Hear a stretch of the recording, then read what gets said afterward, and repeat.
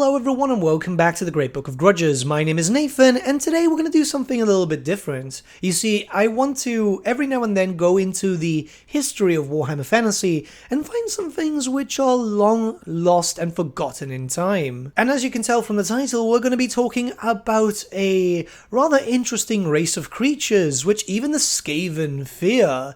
So, something like that is obviously a very hot topic to talk about. So let's go into the potential history of the Tregara. The Tregara themselves only have one real entry of information which goes as follows. The pale stone-coloured shell of the Tregara is often mistaken for a part of a chamber's ceiling. That is, until the Tregara extends its arms and snatches up its unwary prey. Similar in form to a praying mantis, the Tregara is a blind subterranean insect that uses vibrations in the air around it to hunt its prey. These creatures can grow up to be 8 feet in length, and their dangerous claws and mandibles are the subject of many Skaven nightmares. So, what we know here is that there is an insectoid type of creature which is very similar to that of a praying mantis. But we don't necessarily know how many actually exist in this world, as it's one of these creatures which are mentioned very, very briefly. There is, however, mention of one specific one known as the Guardian of the Maze, which protects and prowls through the Maze of Merciless Penance. This is where the Skaven Graciers are sent to be tested to see if they still fall in favor with the Horned Rat himself. And that would be it, but what if another Tregara actually existed? One that was building up an empire. You see, during the adventures of Gotrek and Felix, there was one specific book known as Orcslayer, where the dynamic duo had travelled to Karak-Hern, as there were a lot of issues with orcs. Surprise, surprise from the title, and they did dispatch many of the orcs in that location as expected, but they heard very interesting tales of a sleeper. You see, even some dwarfs, the further down into Karak-Hern's hidden chambers that they went, were very protective of some being known as the Sleeper, creature which was going to usher in a new world. Something very interesting because normally dwarfs do not fall under sway of, well, pretty much anything. They are too stubborn to be able to be tempted by dark and ruinous powers. Further and further did the duo travel into the deep, dark caverns of Karak-Hern's lost halls. And this is a direct account from what they found. They looked into a low circular chamber. The floor was littered with black basalt rubble. The ceiling, Felix flinched away from it. It made him want to vomit, to run. The ceiling was of the same gelatinous grub flesh that had filled the rooms above.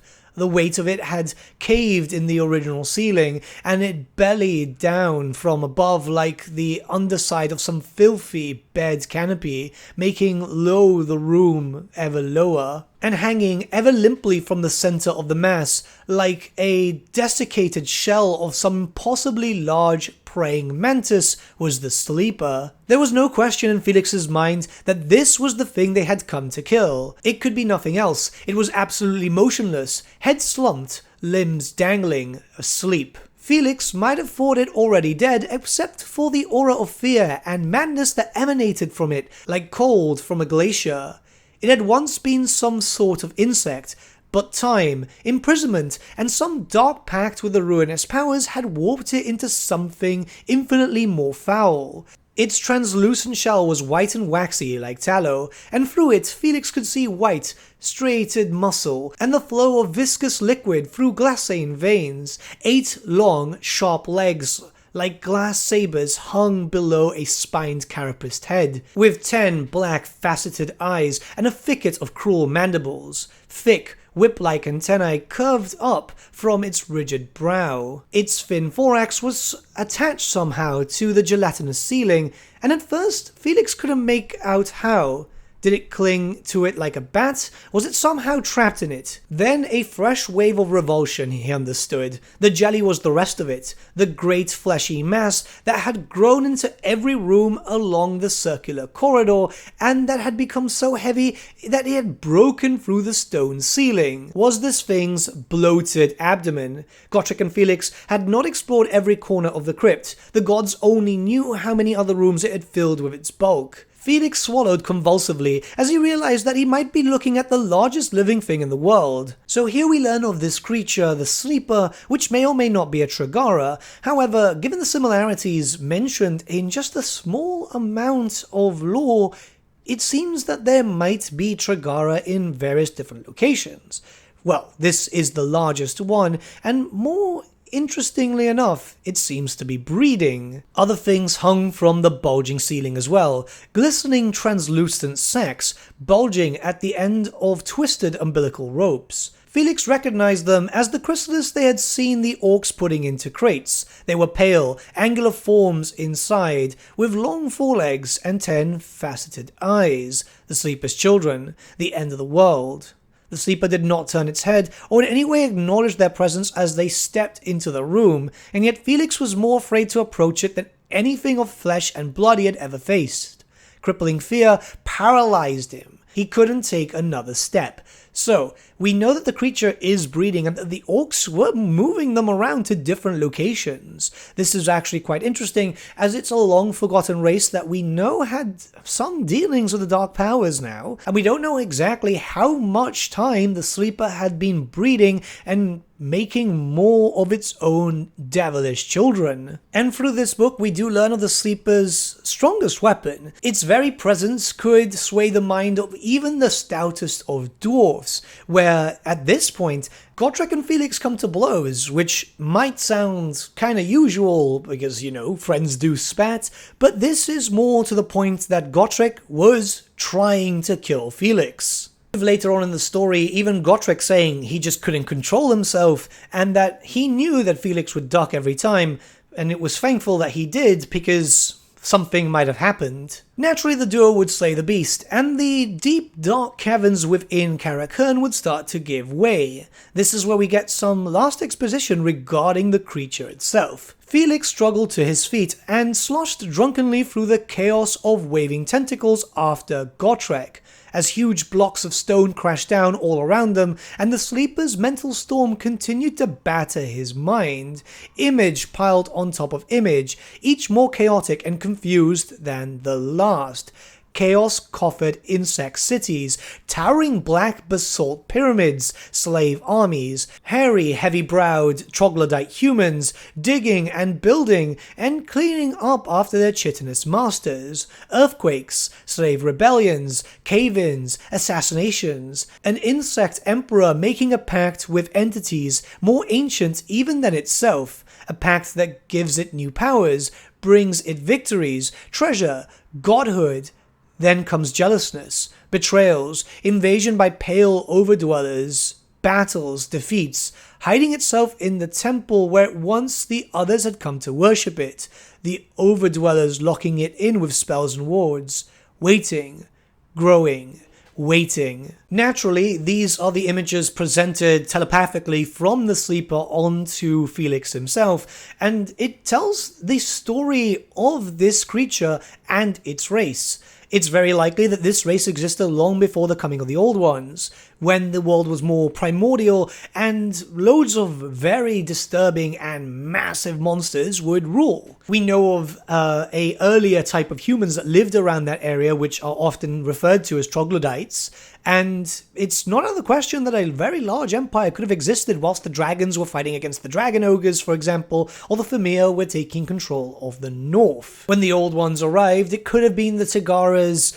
desperation to make pacts with the Chaos Gods, very much like the dragon ogres and the Famir did, in an effort to stay powerful, but the Old Ones prevailing made them go into hiding until enough time would pass where enough forces would be ready to take over the world once again. The Sleeper was naturally trying to become a sort of god, and even, well, it's hinted here that he betrays the Chaos Gods, hence the constant mutations. But that raises a lot of questions now, as there's a few things to talk about. While it's not confirmed that the Sleeper is a Tregara, it's very much there, and it raises a few questions. Obviously, the Skaven are completely aware of the Tregara, and most likely the Sleeper, due to the fact that they tunnel very heavily underground.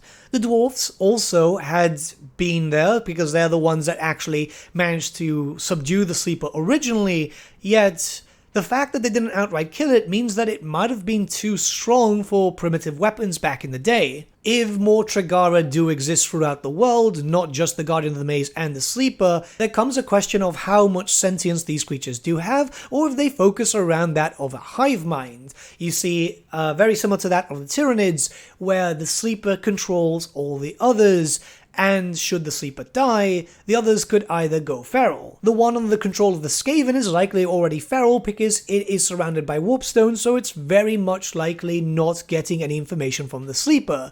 And thankfully, the grand majority of them were killed, maybe outright all of them. We don't know how often this has been going on, however, so we don't know how long the orcs have been under servitude, or any other factions or races which might have been smuggling out any other execs, really, and how many of them are able to reproduce. It's simple here that the Sleeper can reproduce asexually. However, we have to keep in mind that this is a very god-powered type of creature, with the powers from the Chaos Gods likely allowing it to reproduce asexually, but we don't know about the rest of the race. The big question here is, what if Gotrek and Felix hadn't shown up? What if the Sleeper's intentions were never revealed and the Sleeper was not outright slain?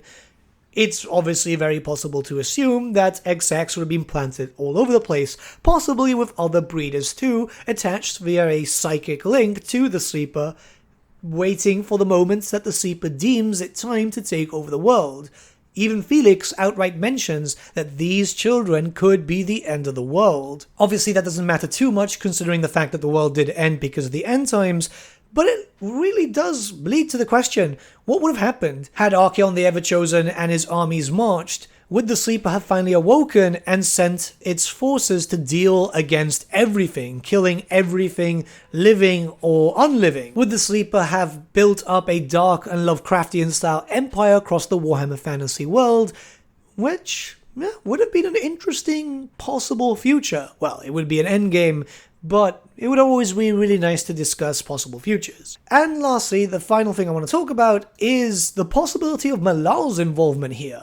You see, the Insectoid creatures follow a very similar kind of design to that of the Insectoid demons that we know from Malal. This could be simply just a coincidence, but it could also be very possible that Malal was trying to corrupt a race just like the Chaos Gods were trying to corrupt multiple different races and turn them into his own. We see a lot of similarities, actually, and it's unfortunate that we'll likely never get a proper answer to this since, you know, the whole Malal copyright issue, but it's something that would be kind of curious. Insectoid-based Chaos God, focusing on an insectoid-based race, to have a swarm of followers that could easily outbreed and outmaneuver loads of different other factions. I don't know.